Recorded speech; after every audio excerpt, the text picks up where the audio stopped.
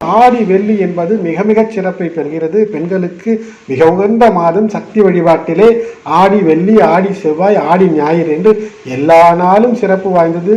ஆடி வெள்ளியை மறவாமல் மாங்கல்ய பலம் கூட வேண்டுவது என்பது மிகச்சிறந்த ஒரு நன்னாள். என்ன ஒரு முக்கியமான விஷயத்தை தரும் என்றால் ஆயுள் பலத்தை தரும். பெண்கள் வேண்டும் போது அவர்களுக்கான ஆயுள் பலம், நிம்மதி என்பது அவர்களுடைய கணவன் மற்றும் அவர்களுடைய பிள்ளைகள் இவர்களுடைய குண நலத்திலே நன்னலம், மனநலம், ஆயுள் பலம் நிச்சயம் கூடும் என்பதுதான் இது. அது மட்டுமல்ல, உங்களுடைய குலதெய்வமே உங்களுடைய வீட்டிற்கு வந்து வழிபாடு செய்வதற்கு தானே வந்து அமர்ந்து உங்களுடைய வழிபாடுகளை எல்லாம் ஏற்று அருள் புரியக்கூடிய நாள் இந்த ஆடி வெள்ளி. மிகவும் ஒரு அற்புதமான வெள்ளி. திருவிளக்கு பூஜை என்பது மிக மிக மிக உன்னதமான விஷயம். விளக்கு பூஜை என்பதற்கு பல சூட்சுமங்கள் இருக்கிறது. பலர் பதிவுகள் தருகிறார்கள், பார்த்து கொண்டு தான் இருக்கிறேன். இருந்தாலும் விளக்கு பூஜையை ஒரு நல்ல அது சார்ந்த விஷயம் தெரிந்த குருமாரிடம் சென்று செய்ய வேண்டும்.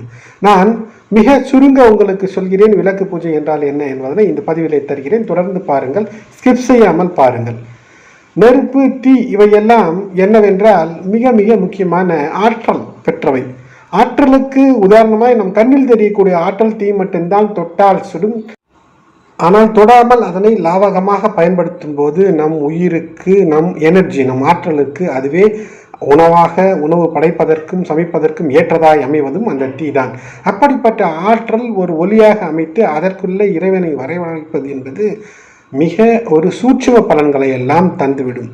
தீபமாக ஏற்றும் போது இருளை போக்கி வெளிச்சத்தை தருகிறது. அதே போல் உங்கள் மனதில் இருக்கக்கூடிய துன்பங்களை எல்லாம் நீக்கி அந்த பூஜை நேரத்திலே ஒருநிலைப்படுத்தி வேறு எந்த பிரச்சனையும் நினைக்காமல் உங்கள் இஷ்ட தெய்வத்தை அதற்குள் வரவழைக்கலாம்.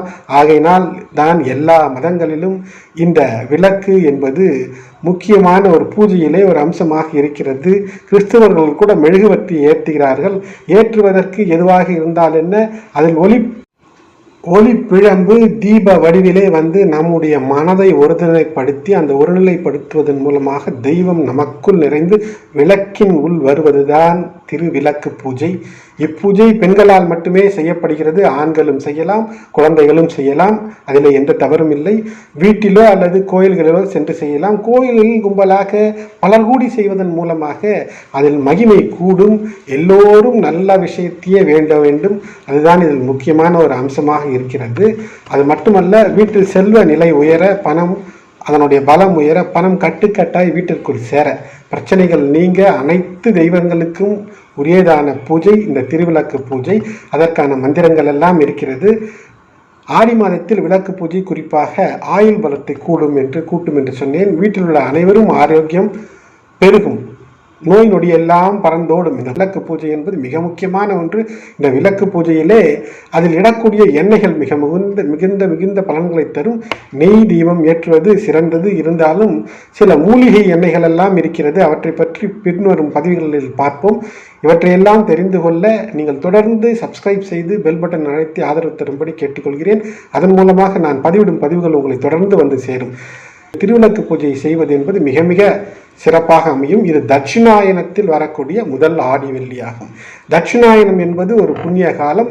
இங்கு விஷ்ணு பகவான் தேவசயனி நாளென்று துயில் செல்ல சிவன் இந்த லோகத்தை ரட்சித்து காக்க வருவார். அப்போது அம்மன் இருந்து ஆசிகளை தருவார்.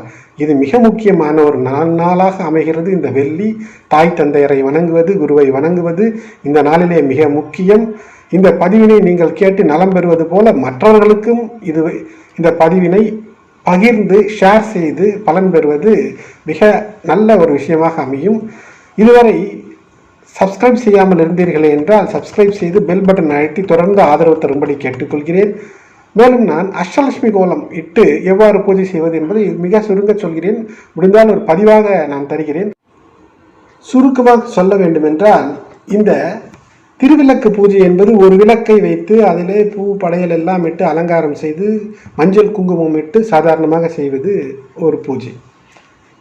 அஷ்டலட்சுமி கோலம் இட்டு அதிலே நவதானியங்களை அதில் இட்டு அலங்காரம் செய்து ஒவ்வொரு கோலத்திலும் ஒவ்வொரு நுனியிலும் ஒரு தாமரை வருவது போல் அதை வரைந்து அங்கு ஒரு விளக்கை இட்டு அந்த இடத்தில் அலங்காரம் இட்டு விளக்கிற்கு ஒரு அகல் விளக்கு வைக்கலாம் அல்லது உங்களிடம் குத்து விளக்கு இருந்தால் குத்து விளக்கும் வைக்கலாம். 8 ஒன்றொன்றுக்கும் அதற்கான உரிய முறையிலே அதற்கான நெய் இட்டு திரி, தாமரைத்தண்டு திரி இடலாம், அல்லது சாதாரணமாக நாம் பஞ்சு திரியை கூட இடலாம்.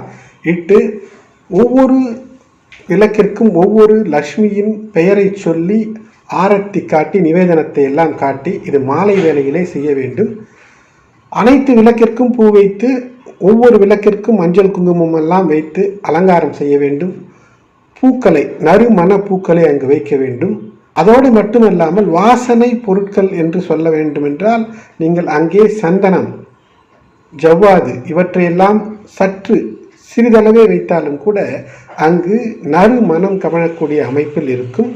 இவையெல்லாம் செய்து இனிப்பு பொங்கல், வெண்பொங்கல், பழங்கள், வாழைப்பழம், குறிப்பாக வாழைப்பழம், வெற்றிலை பாக்கு, பெண்களுக்கு அவர்கள் பயன்படுத்தக்கூடிய மஞ்சள் கயிறு மற்றும் அழகு சாதனத்திற்கு இன்று வைத்திருக்கக்கூடிய பொருட்களில் கொஞ்சம் கொஞ்சம் வைத்து, மேலும் சில பெண்கள் அணியக்கூடிய ஆடைகளை எல்லாம் வைத்து, ப்ளவுஸ் பிட் இல்லை என்றால் சுடிதார், இன்று இருக்கக்கூடிய அதற்கான துணி, இவற்றை எல்லாம் வைத்து அந்த பூஜையிலே வைத்து ஆரத்தி செய்து மாலை வேளையிலே ஆரத்தி வீட்டினுள் முடிந்த பின்பு அங்கு வந்திருக்கவர்களுக்கு எல்லாம் உணவு படைத்து இந்த நிவேதன பொருட்களை பிரசாதமாக வழங்கி பின்னர் நீங்களும் அதனை உண்டு இந்த பூஜையை இனிதே நிறைவேற்ற வேண்டும்.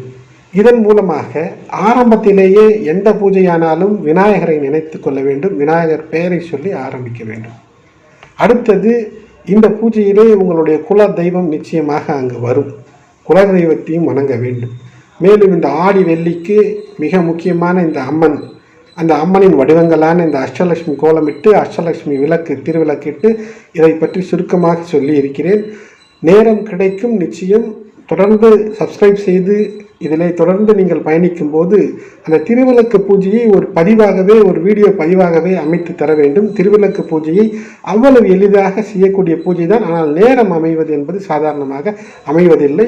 கிரகங்களும் அதனுடைய உச்ச பலன்களும் நமக்கு கிடைக்கும் போது இதனை செய்யக்கூடிய அமைப்பு கிடைக்கும். ஆனால் சாதாரணமாக ஒரு விளக்கை வைத்து, அது காமாட்சி அம்மன் விளக்காக இருந்தாலும் கூட நம் இல்லத்திலே இருக்கக்கூடிய பூஜை அறையிலேயோ அல்லது பூஜை பெட்டியிலேயோ வைத்து இந்த விளக்கு பூஜையை இனிதே நீங்கள் செய்யலாம். இந்த ஆடி வெள்ளிக்கிழமையிலே, இந்த ஆடி வெள்ளி முதல் வெள்ளியை தவறவிடாதீர்கள்.